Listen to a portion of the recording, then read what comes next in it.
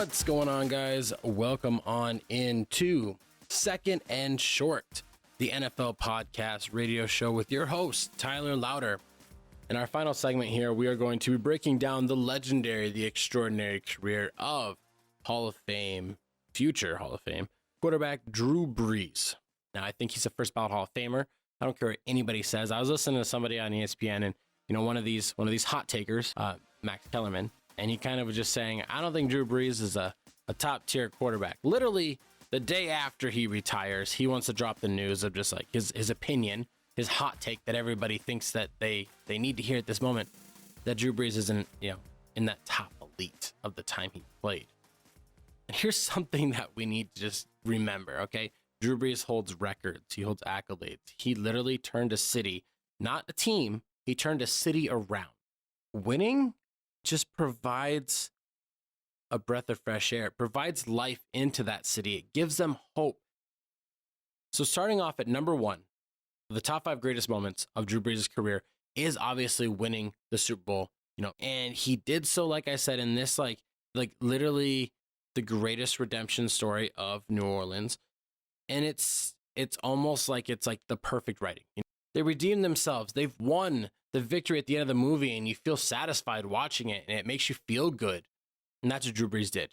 I mean, he came on in, and I mean, I'm sure that the Colts were not happy. That's probably the only people, but everybody in the world was rooting for the Saints at that point. Doesn't matter if you're a Panthers fan, Falcons fan, Bucks fan. You kind of just want the city to just get one. Number 2, the second greatest moment in Drew Brees' career just happened a couple years ago and has continued to happen ever since, and that was becoming the all-time passing leader. Now, on Monday Night Football, Week 5 of the 2018 seasons, Brees became the most prolific passer in the NFL, breaking Peyton Manning's record of the all-time mark. Now, that came on a 62-yard touchdown pass to Traquan Smith. I mean, he was great that game. Number 3, 2011. 2011 is the greatest year in Drew Brees' career, not by winning, but just by statistical accolades. He was able to not just break Dan Marino's single season passing record, but destroyed it.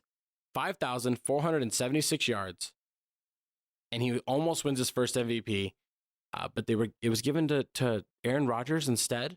Now, Brees did win Offensive Player of the Year. Let's be honest, it's not quite the same. Not only that, he also led the NFL in completion percentage and passing touchdowns. 46 touchdowns. It's sad that Drew Brees never got an MVP in his career, but he was able to dominate the league in passing yards, completion, and touchdowns, and should have won the MVP in 2011.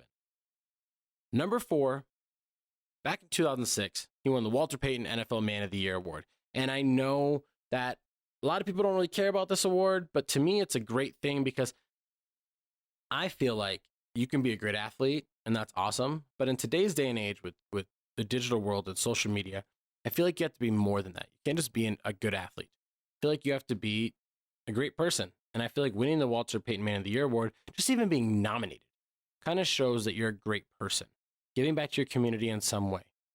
And now, number 5 is breaking Johnny Unitas' record for consecutive games with a touchdown pass. Now, Johnny Unitas, a former Colts quarterback, and way, way back before color was even invented.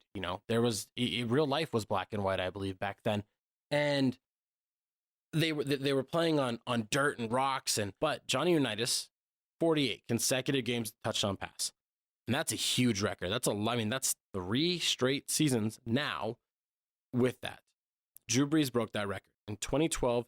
He completed and broke that record and ended up going on and making the streak at 54 games. And Drew Brees is going to be remembered as being literally one of the greatest quarterbacks of all time. I don't care what anybody says. I mean, he had so many comeback games. He had revenge games. He was literally the New Orleans Saints. That is it for our show. My name is Tyler Louder. This is Second and Short, the NFL premier radio podcast show.